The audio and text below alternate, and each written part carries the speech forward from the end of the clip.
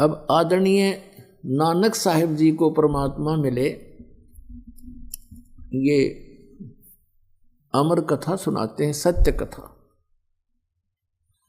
आदरणीय नानक साहिब जी पश्चिमी पाकिस्तान, पहले ही सारा भारत ही था, गांव तलवंडी कालू राम मेहता खत्री अरोड़ा के घर पर इनका जन्म हुआ। वो पेशे से पटवारी थे और नानक साहिब जी बहुत ही पिछले संस्कारी थे, उसके जन्म हुआ उनके यहाँ पर। आदरणीय नानक साहिब जी के पिछले 2 जन्मों की जानकारी दास को और है, जो सदग्रंथ में लिखी है, आदरणीय गरीबदास साहिब जी ने बताई है।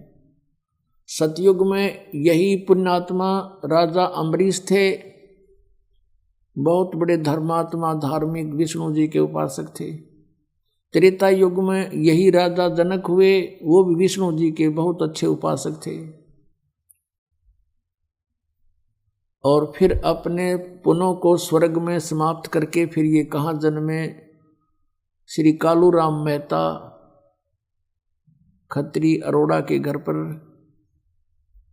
पहले ये राजा थे, पुण्यकर्मों के कारण इनके सैकड़ों हजारों नौकर रहा करते थे,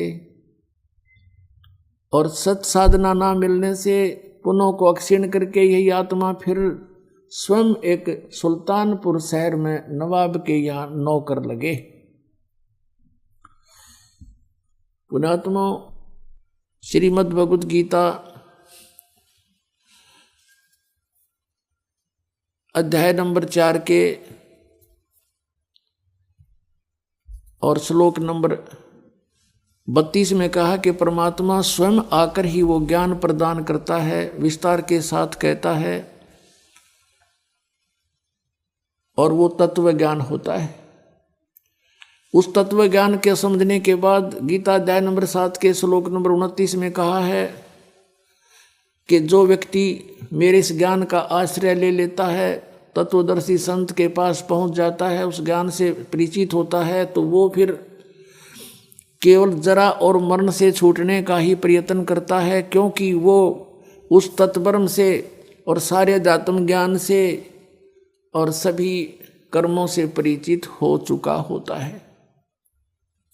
तो आप जी को सारे अध्यात्म ज्ञान से और सभी कर्मों से भी साथ साथ परिचित कराना पड़ेगा दास ने, क्योंकि दास वो तत्वदर्शी संत है और परमात्मा ने बनाकर आपके लिए भेज रखा है। जैसे गीता जी अध्याय नंबर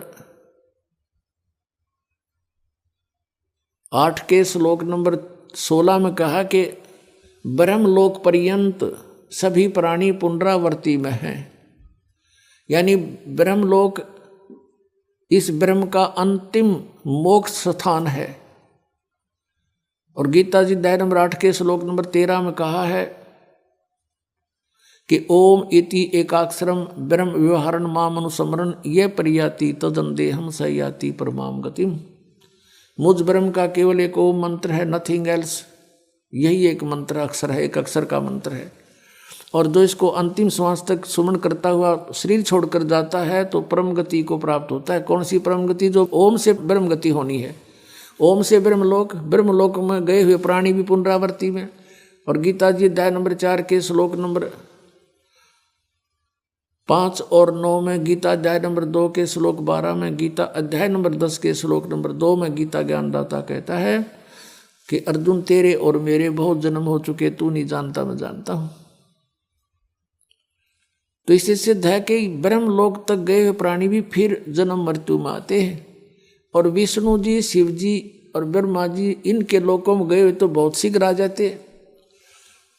तो आदरणीय नानक साहिब जी वाली आत्मा पहले राजा अम्बरीश थे, फिर स्वर्ग में अपना पुण्य भोग कर विष्णु उपासक थे, फिर राजा जनक बने। राजा जनक के समय का भी अपना पुण्य स्वर्ग में भोग कर फिर ये श्री नानक जी बने। पहले इनके नौकर रहते थे, राजा थे जब ये, अब स्वयं नौकर लग गए। अब बचपन से ही इनको एक ब्रजलाल पांडे नाम का ब्राह्मण इनको गीता का ज्ञान कराया करता था। जैसे ही पवित्र हिंदू धर्म में ब्राह्मण लोग अपनी कथाएं सुनाते थे, और पहले हमारे माता पिता जो पूर्वज थे वो बहुत नेक थे, वो बच्चों को धार्मिक ज्ञान अवश्य ग्रहण करवाते थे कि ताकि ये बिगड़े नहीं, बुराई से बच के रहे मेरा बेटा। और उधर से नानक साहब जी को फारसी के भी टीचर थे, वहाँ भी वो पढ़ा करते थे। ब्रजलाल पांडे से उसने जो ज्ञान ग्रहण किया था नानक साहब जी ने कि श्री विष्णु जी सर्वेश्वर हैं, अजर अमर हैं, इनके कोई माता पिता नहीं है, श्री कृष्ण जी ही विष्णु अवतार थे और कृष्ण जी ने ही गीता का ज्ञान दिया। जैसा कि पूरे हिंदू समाज के अंदर ये लोक वेद समाया हुआ है, ऐसा ही उनको ज्ञान था। अब नानक साहब जी की बहन नानकी सुल्तानपुर में ब्याही थी, उनका बहनोई जयराम नाम था उनका। उसने नानक साहब जी को वहाँ सुल्तानपुर के नवाब के यहाँ नौकरी दिलवा दी और नानक जी वहीं रहने लगे। और उनके 2 पुत्र भी हो चुके थे नानक जी के, लक्ष्मी चंद और श्री चंद नाम के।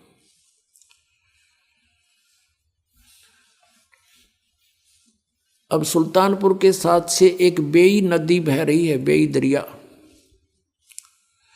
प्रतिदिन सभी गांव के नगर के निवासी वहां स्नान करने के लिए जाते थे, घाट बना रखा था।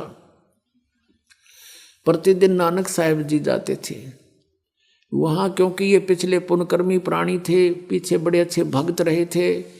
राजा होते भी ये भक्त थे, किसी की आत्मा नहीं दुखाया करते थे, न्यायकारी व्यक्ति थे। और अब उसको वो स्वभाव जो का तू रहता है सूक्ष्म शरीर में, अंतःकरण में, स्नान करके घंटों वहाँ बैठ के चिंतन करते थे और गायत्री मंत्र का भी जाप करते थे जो इन्होंने बना रखा है। और गीता जी के कुछ श्लोक याद कर रखे थे, उनको भी वहाँ याद करते थे। अब वो परमात्मा कहता गोता मारूं स्वर्ग में, जा बैठूं पाताल, और गरीबदास ढूंढता फिरूं अपने हीरे मोती लाल। आदरणीय गरीबदास साहिब जी के माध्यम से परमात्मा ने अपनी महिमा पुण्य प्रकट करवाई है। जैसा कि आपने कबीर सागर, कबीर वाणी पृष्ठ 136 और 37 पर पढ़ा के 12वां पंथ गरीबदास पंथ होगा। संवत 1774 में 75 लिखा, वैसे गलती से संवत 1774 में वो प्रकट होगा।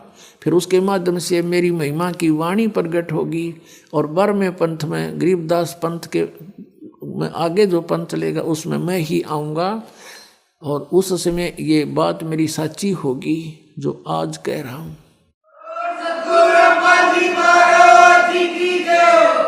तो गरीबदास साहिब जी ने कहा कि कबीर साहब ये कहते थे गोता मारूं स्वर्ग में, जा बैठूं पाताल, और गरीबदास ढूंढता फिरूं अपने हीरे मोती लाल। ये वो हीरे मोती लाल थे आदरणीय नानक साहिब जी, आदरणीय गरीबदास साहिब जी, आदरणीय मरुकदास साहिब जी, आदरणीय दादू साहिब जी, आदरणीय धर्मदास साहिब जी, आदरणीय गीसा दास साहिब जी, आदरणीय रविदास साहिब जी, क्योंकि वो भी परमात्मा ने काशी में ढूंढे। और भी बहुत से महापुरुष जैसे आदरणीय नामदेव साहिब जी भी परमात्मा उनसे मिले थे। और नामदेव साहिब ने कहा था कि हे जी साधो मोए सार शब्द मोए पाया, मुझे अब सार शब्द मिल गया। गरीबदास साहिब जी ने नानक साहिब जी के बारे में कहा है कि नामा छिपा ओम तारी, पहले ओम का ही जाप करता था, नामदेव जी छिपी जाति में थे। नामा छिपा ओम तारी, पीछे सो हम भेद बिचारी। जब परमात्मा ने बताया उसको कि बच्चा इस ओम से मोक्ष नहीं होगा, अकेले से एक मंत्र और है जो सतनाम बनेगा। फिर उसके बाद फिर बताया कि इस सतनाम में जो 2 अक्षर से भी मोक्ष नहीं होगा, वो सार नाम आपको अवश्य चाहिएगा। तब कहा था नामा छिपा ओम तारी पीछे सोम भेद विचारी सार शब्द पाया दुद लोई आवागमन बोर न होई। ये दो सार नाम प्राप्ति के लिए पुण्यात्मा आते हैं। ये एक नकल ना बनावें कि उसने मिल गया मुझे नहीं मिला, इस तरह इस मार्ग में नहीं चलेगा, आप बिछुड़ जाओगे।